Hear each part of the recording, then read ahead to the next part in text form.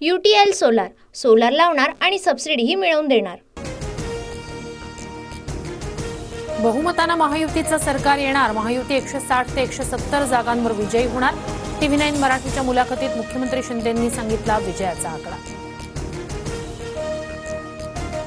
विधानसभेत मवियाला कुठल्याही परिस्थितीत बहुमत मिळणार। मवियाच्या 160 ते 165 जागा निवडून येणार। संजय राऊतांना विश्वास।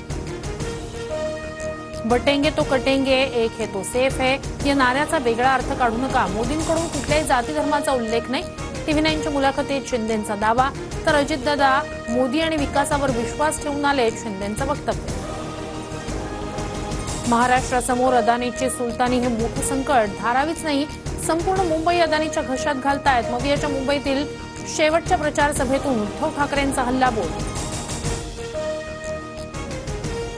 उद्धव ठाकरेंचा भुसा एकनाथ शिंदेनं 2 वर्षापूर्वीच पाडलाय। दादा भुसेंवरील टीकेला मुख्यमंत्री शिंदेंचं प्रत्युत्तर। जनतेच्या मनात महायुती सरकारबाबत चीड, महाराष्ट्रात यावेळी सत्ता परिवर्तन अटळ। 23 तारखेनंतर शिंदे मुख्यमंत्री राहणार नाहीत। महायुतीच्या विजयाच्या दाव्यावर संजय राऊतांची टीका। ज्यांची 1978 पासून गद्दारीची पार्श्वभूमी, ते आम्हाला गद्दार म्हणतात। गद्दार टीकेवरून धनंजय मुंडेंचा शरद पवारांवर थेट हल्लाबोल। ज्याचे हात स्वच्छ आहेत त्याला कुणाच्या बापाला घाबरायची गरज नाही। ईडी कारवाईवरून शरद पवारांचा सरकारवर हल्लाबोल।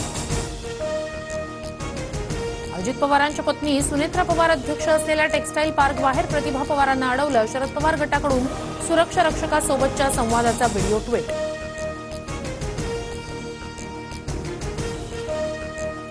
प्रतिभा पवारांना सुरक्षा रक्षकानं ओळखलं नाही, तसदी झाली असल्यास क्षमा मागतो। बारामती टेक्सटाईल पार्कचे व्यवस्थापक अनिल वाघ यांचं स्पष्टीकरण।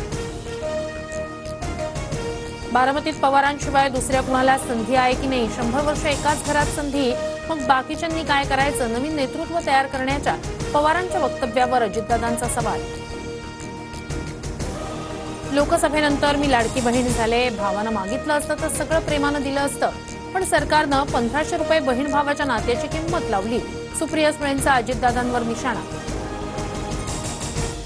मी शरद पवारांना सोडलं नाही, कामं रखडल्यानं भाजपसोबत सत्तेत जाण्यासाठी सर्व आमदार पवारांना सांगत होते। शरद पवारांना सोडण्यावरून अजित पवारांची मवाळ भाषा।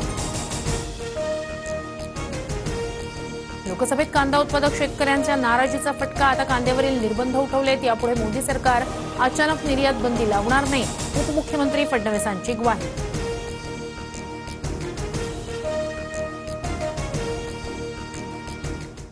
UTL सोलार, सोलार लावणार आणि सबसिडीही मिळवून देणार।